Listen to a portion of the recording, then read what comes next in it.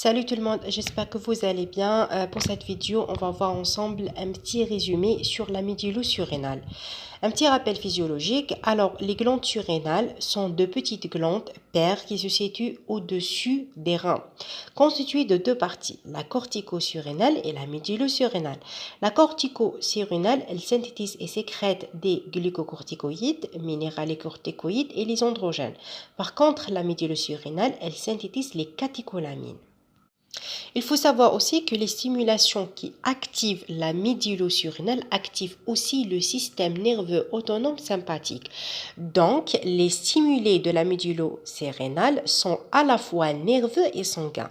Nerveux comme le froid, la peur, l'hypotension, sanguins comme l'hypoxie, hypercapnie, hypoglycémie et les hormones thyroïdiennes. À noter aussi que de côté histologique, la médulo-surrénale est composée de cellules chromaffines arrangées en amas qui entourent les capillaires. Maintenant, on parle sur les catécholamines. Alors, les catécholamines, ce sont des amines biogènes qui dérivent du noyau catéchol. Le noyau catéchol, qui est un phényl substitué par 2OH en ortho. Les catécholamines comprennent la dopamine, la noradrénaline, ce qu'on appelle aussi la norépinéphrine, et l'adrénaline, c'est l'épinéphrine.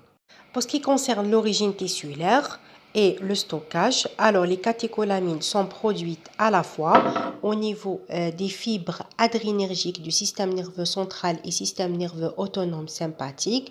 Dans ce cas, on va retrouver 85% de la noradrénaline et 15% de l'adrénaline. Et aussi au niveau de la médulo-surrénale, c'est le contraire. La médulo-surrénale produit 85% de l'adrénaline et 15% de la noradrénaline. Pour le stockage, il est assuré par les vésicules spécifiques dans les neurones et au niveau des cellules chromaffines qu'on a déjà parlé au niveau de la médulo-surrénale. Maintenant, on va voir la biosynthèse des catécholamines. Alors, ces catécholamines sont synthétisées à partir de deux acides aminés, le phénylalanine et la tyrosine. Et on sait très bien que la phénylalanine peut donner la tyrosine sous l'action de phénylalanine hydroxylase et la tyrosine subit l'action d'une enzyme clé, c'est la tyrosine hydroxylase pour donner la DOPA.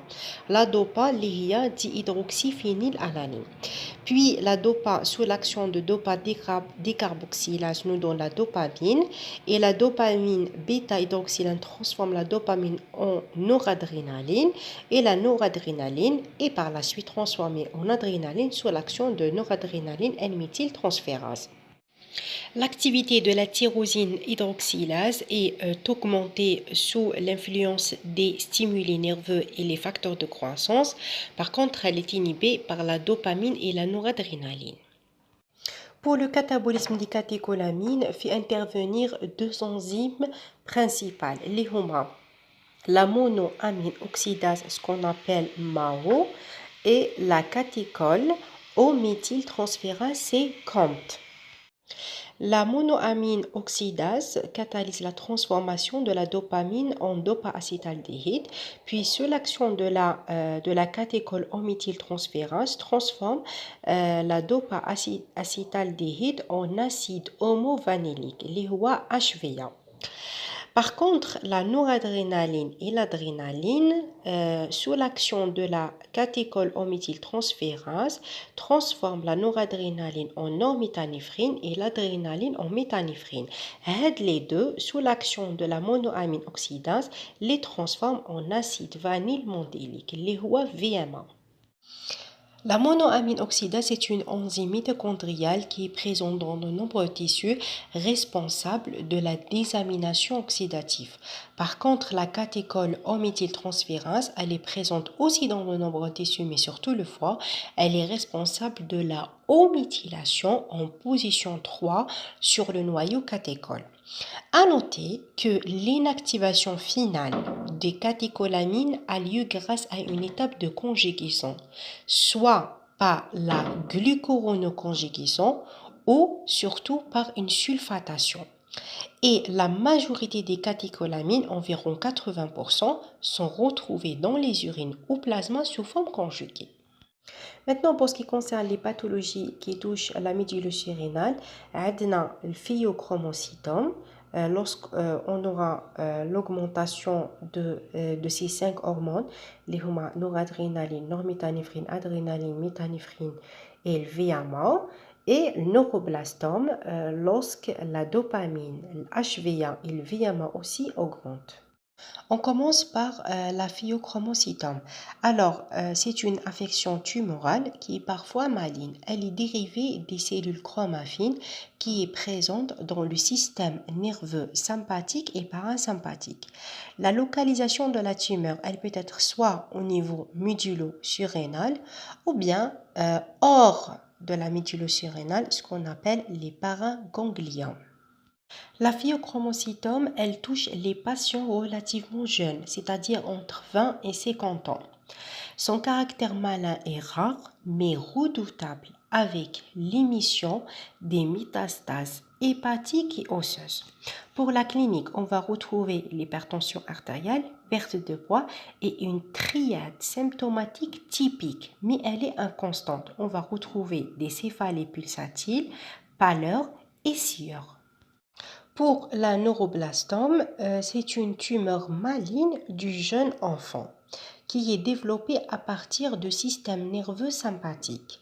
La localisation, elle est beaucoup plus surrénale.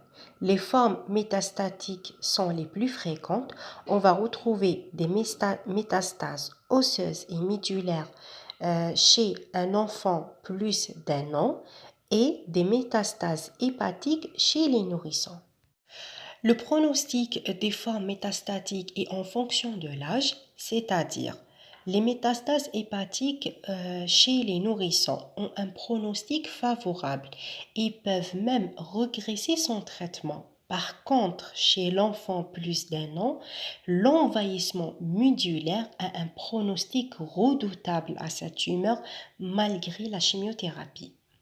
Cette maladie peut se développer en n'importe quel point de l'organisme, c'est-à-dire où il existe des structures nerveuses sympathiques tout au long du rachis et la surrénale, et réaliser une tumeur parfois évolutive et volumineuse.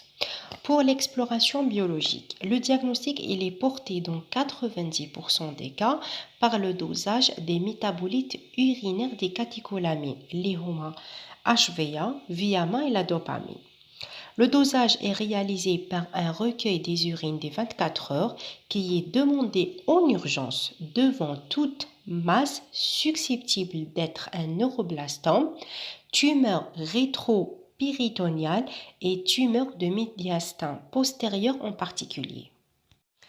On a aussi l'imagerie qui repose sur l'échographie surtout pour confirmer le caractère solide de la masse et rechercher les adénopathies régionales permettant d'apprécier les relations avec les organes de voisinage et surtout les rapports avec les gros vaisseaux souvent intéressés par le processus tumoral. On va rajouter aussi l'IRM ou TDM qui permet de mieux préciser les données de l'échographie. Une petite conclusion, alors on va dire que la médulosurrénale et la corticosurrénale sont régies par l'hypothalamus. La médulosurrénale entraîne une réponse au stress rapide et bref. Par contre, la corticosurrénale déclenche une réponse au stress prolongé. L'intégrité fonctionnelle de la surrénale est indispensable à la vie et toute perturbation de ces fonctions est à l'origine des manifestations clinico-biologiques dont les conséquences sont redoutables en absence de diagnostic et prise en charge thérapeutique.